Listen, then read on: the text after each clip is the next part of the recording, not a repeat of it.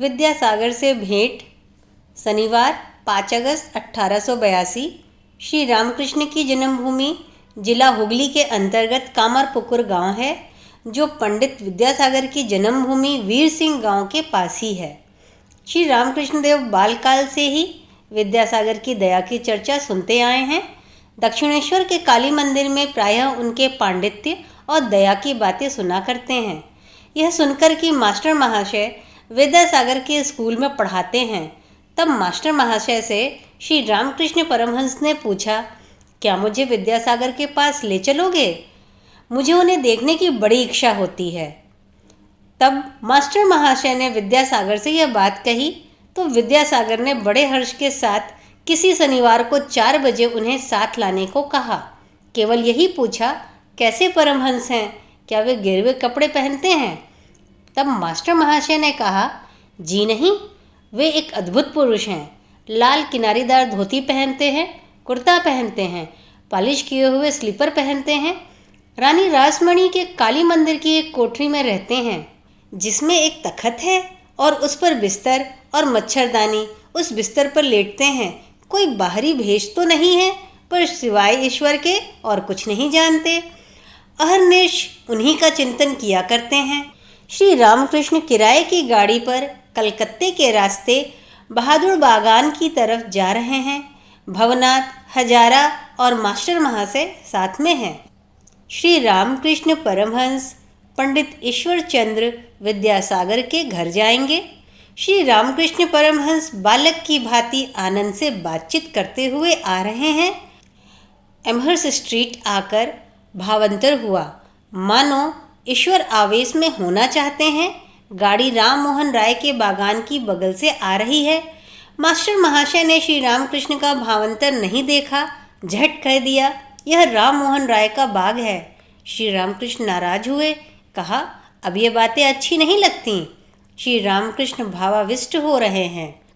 श्री रामकृष्ण देव गाड़ी से उतरे।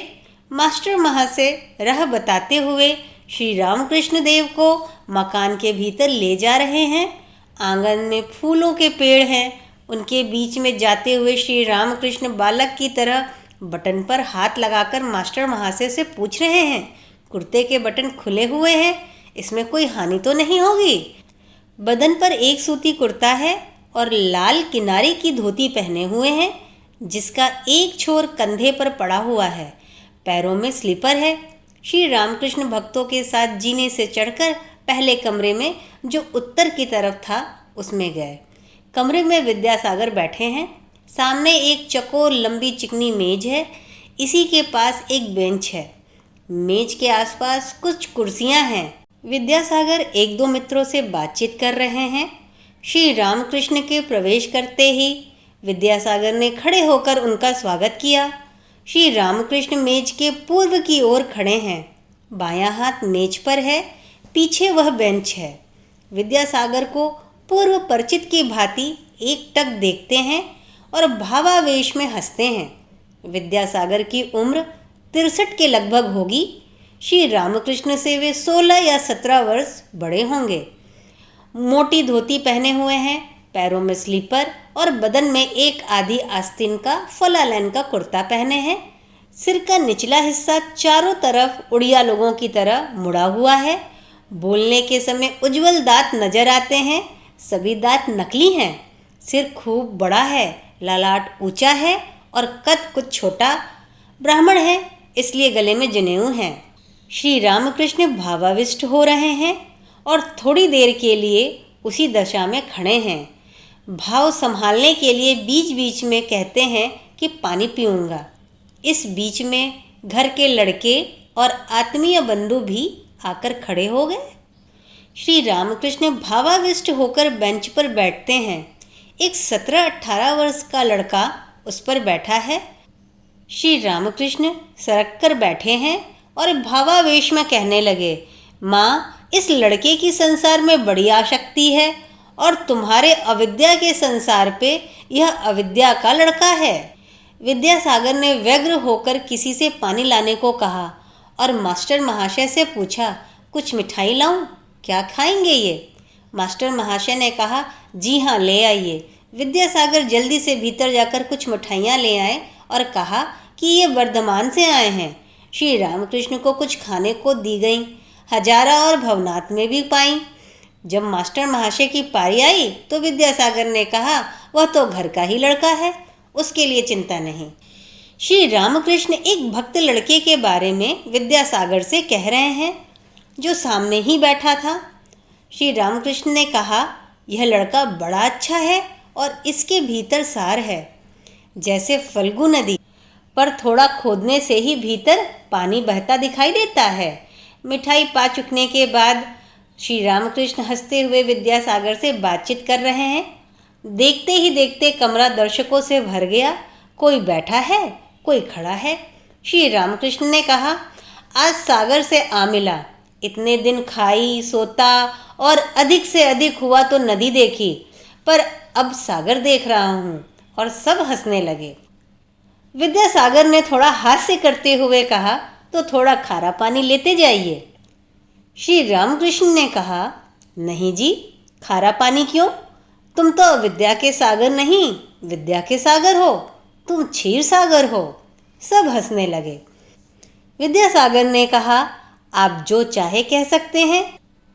विद्यासागर चुप रहे। श्री रामकृष्ण कहने लगे, तुम्हारा कर्म सात्विक कर्म है। यह सत्व का रजस है। सत्व गुण से दया होती है। दया से जो कर्म किया जाता है वह है तो राजसी कर्म सही, पर यह रजोगुण सत्व का रजोगुण है, इसमें दोष नहीं है। सुखदेव आदि ने लोक शिक्षा के लिए दया रख ली थी। ईश्वर के विषय में शिक्षा देने के लिए तुम विद्यादान और अन्नदान कर रहे हो, यह भी अच्छा है। निष्काम रीति से कर सको तो इससे ईश्वर लाभ होगा।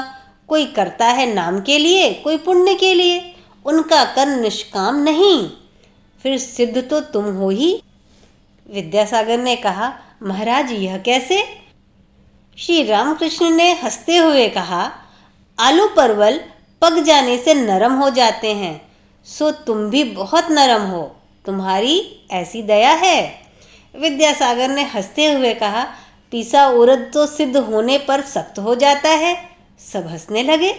श्री रामकृष्ण ने कहा, तुम वैसे क्यों होने लगे? खाली पंडित कैसे हैं? मानो एक पके फल का अंश जो अंत तक कठिन रह जाता है, वे ना इधर के ना उधर के। गिद्ध खूब ऊंचा उड़ता है पर उसकी नज़र हार्डवर पर ही रहती है। जो खाली पंडित हैं वे सुनने के ही हैं, पर उनकी कामनी कांचन पर आसक्ति होती है। गिद्ध की तरह वे सड़ी राह ढूंढते हैं। आसक्ति का घर अविद्या के संसार में है। दया भक्ति वैराग्य ये विद्या के ऐश्वर्य हैं। विद्यासागर चुपचाप सुन रहे हैं। सभी टकटकी बांधे इस आनंदमय पुरुष को देख रहे हैं, उनका वचनामृत पान कर रहे हैं। ऐसी ही रोचक जानकारी के लिए कल्याणमस्तु को सब्सक्राइब करें।